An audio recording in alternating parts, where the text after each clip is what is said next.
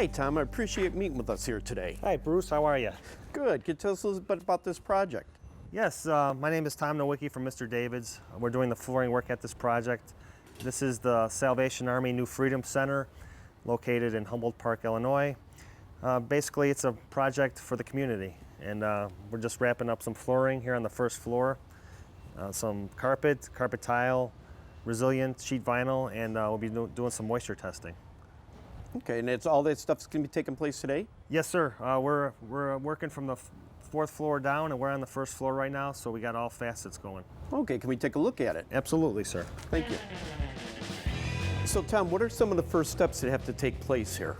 Well, the first thing that we got to do, Bruce, is test the concrete for moisture content.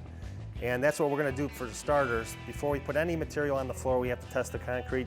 If the relative humidity is too high, then we have to treat the floor. Okay. First step is getting here and just testing it and see where we're at.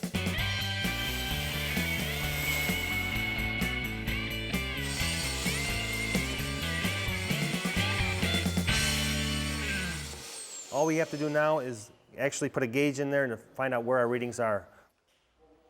Okay, so we have our readings, Bruce. We have a 74 and a 79, which falls into the spectrum of installing the sheet vinyl. So we're good with the moisture content. So we can start applying the sheet vinyl down on the floor without treating it for a mitigation system. In this condition, we are good. We're ready to go. We can start installing sheet vinyl right away. This is the next step in the process. We have done our moisture mitigation, our testing, and now we have the floor to sand and patch to get right to put the material down. It's the most important step in the whole process. The sheet vinyl will reflect everything and imperfection that you can possibly imagine underneath that floor. Once the patch is completed, we actually come back and sand it once again, and then if we might have to patch it a second time to get it 100% correct. And then we'll sand one more time, and then sweep it, and then we're ready to go. So Bruce, the next step is to put the sheet vinyl down. We have John here. He's our site superintendent for Mr. David's, and he can go over the actual plan and area that we're going to be looking at. Okay, great. This print actually gives us our dimensions for the radius and tells us where to plot our lines so we can get it ready. Okay. So you kind of use this print. Does this color-coded represent the different finishes that you guys are going to be installing? Yeah, we have like this yellow is sheet vinyl, this blue is carpet, we have rubber that goes in here, and obviously the sheet vinyl has got different colors throughout the radiuses and in the rooms. So this is an overview of all the installation you're going to be doing on the first floor, yes. Okay, great. Can we take a look at the installation? Absolutely.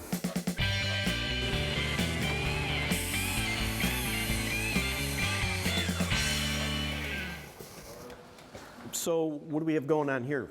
This is where we are plotting our radius. They've already plotted their lines, and they're going to start transferring the lines now onto the sheet vinyl so we can cut it. The left side is already installed.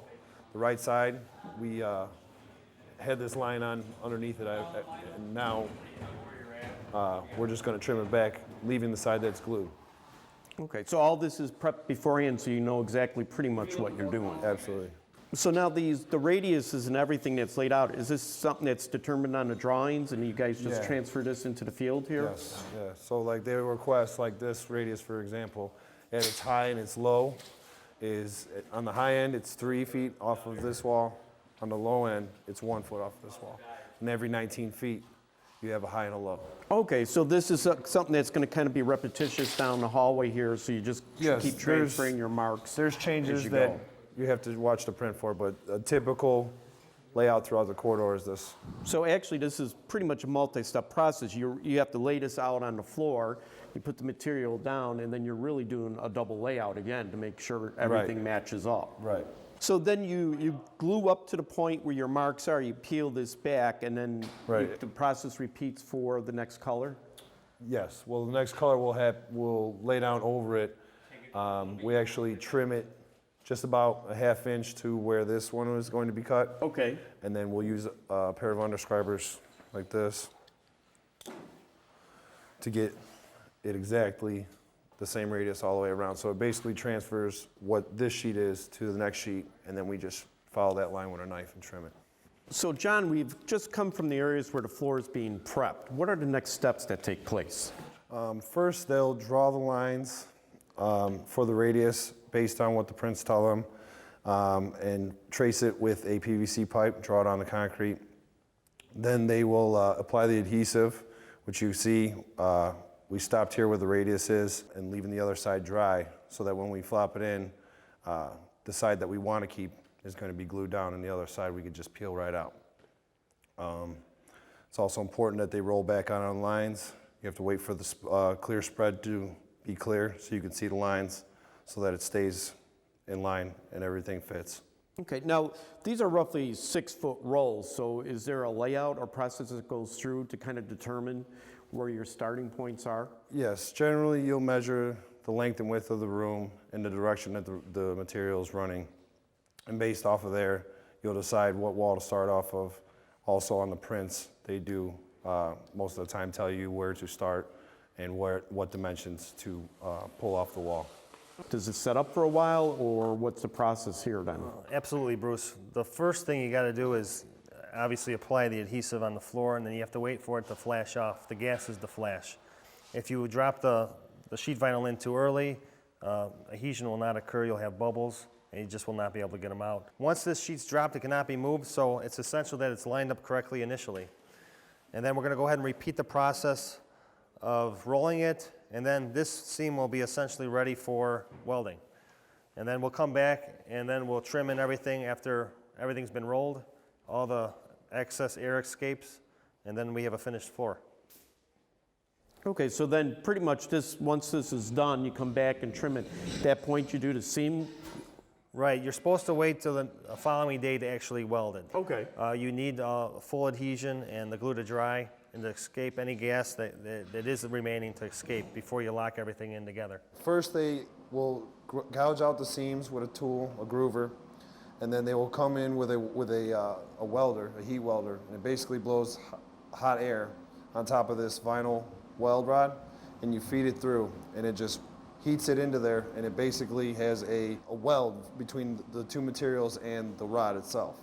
Then you let it cool, and you come back and skive it off, and it ends up just like this. Okay, so basically it becomes an integral bond between the two materials. Absolutely, and it's also a design in the floor.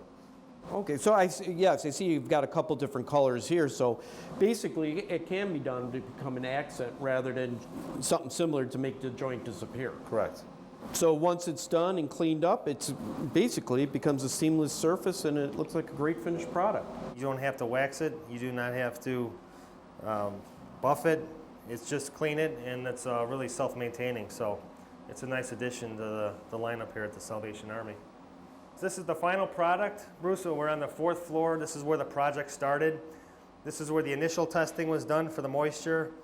After that we did our floor prep and sanding, and then we laid out the sheet vinyl, got to this point, cut everything in, and then welded it as you see. So this represents the finished product. The base is up. All they have to do is clean the floor, and it's done.